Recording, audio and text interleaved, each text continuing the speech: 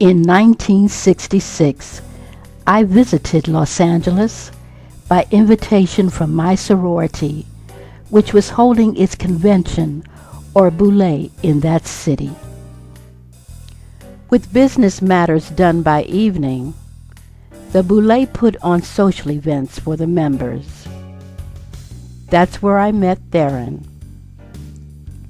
We corresponded after the boule was over when I returned to D.C. Theron eventually convinced me to come back to L.A. for good. Mama said California was too far, but maybe it was just far enough to break ties and expectations,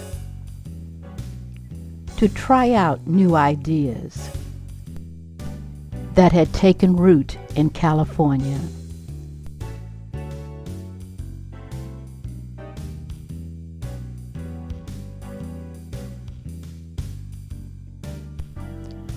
Theron and I settled in the house he had shared with his now deceased wife.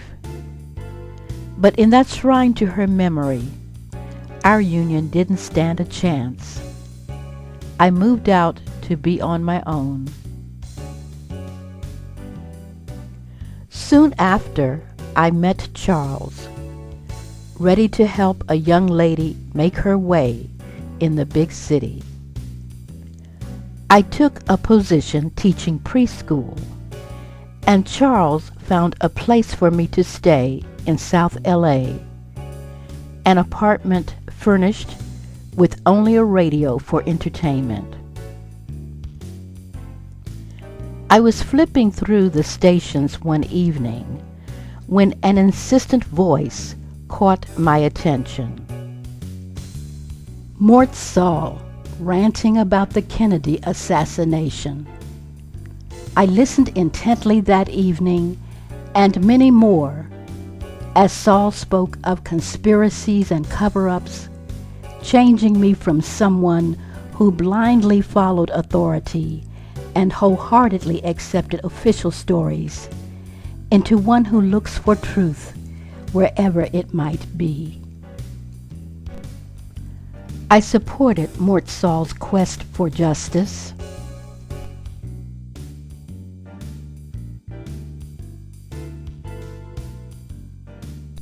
As well as others.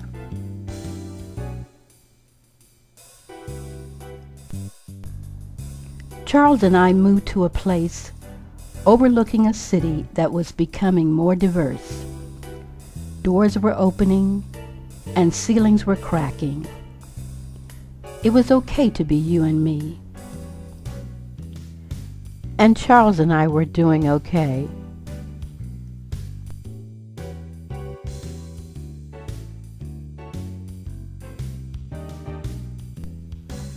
Until we weren't.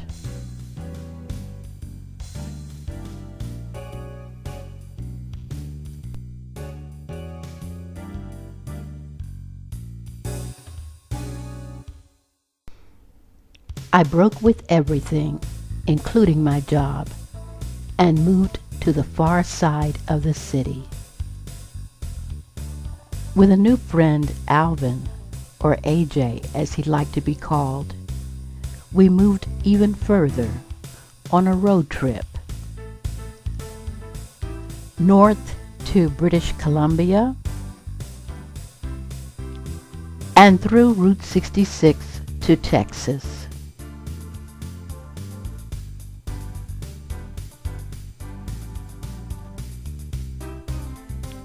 When we returned to Los Angeles, the nation was all abuzz over what was called the Battle of the Sexes. We watched it play out on TV. A tennis match between Billie Jean King and Bobby Riggs, self-described male chauvinist pig who aimed to uphold male privilege under assault by feminists. Riggs was a man after AJ's heart. AJ was all for equal rights for women, except those who wanted to drive a city bus like him. But when we saw Billie Jean King run Bobby Riggs ragged, we knew nothing could keep women from doing anything and going anywhere. They might even drive a city bus to get there. 1974 is a standout year, and one day in that year stands out as the beginning of profound changes for me. This day was like any other until dinner time. I was preparing a minute steak in a pan, as I often did, but when I moved the steak, blood appeared. I immediately connected the food I was about to eat with the animal that it came from. And from that time forward, I would never again eat flesh. My conversion led me to want to work on behalf of animals. Looking in the phone book, I found the local offices of Cleveland Amory's Fund for Animals in West Hollywood. I'd seen him on TV talking up animal causes. He brought visibility and wit to animal advocacy that's still being emulated.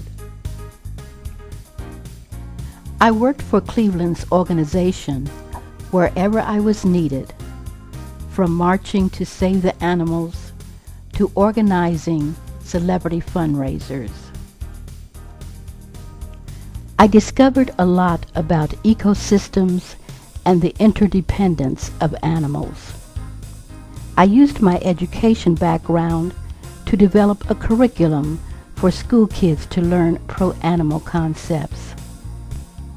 Cleveland himself reviewed the curriculum and thought it was a great idea. Only one problem though. I needed money and the Fund for Animals didn't have any for me. That's when a day job came in handy. The Los Angeles Public Library gave me money to work there and the flexible hours to continue my non-paying jobs. They threw in all the books I could read as a bonus. But all was not well on the home front. AJ and I were drifting apart. I had no one to share my delicious vegetarian meals with, so I went looking for a vegetarian boyfriend.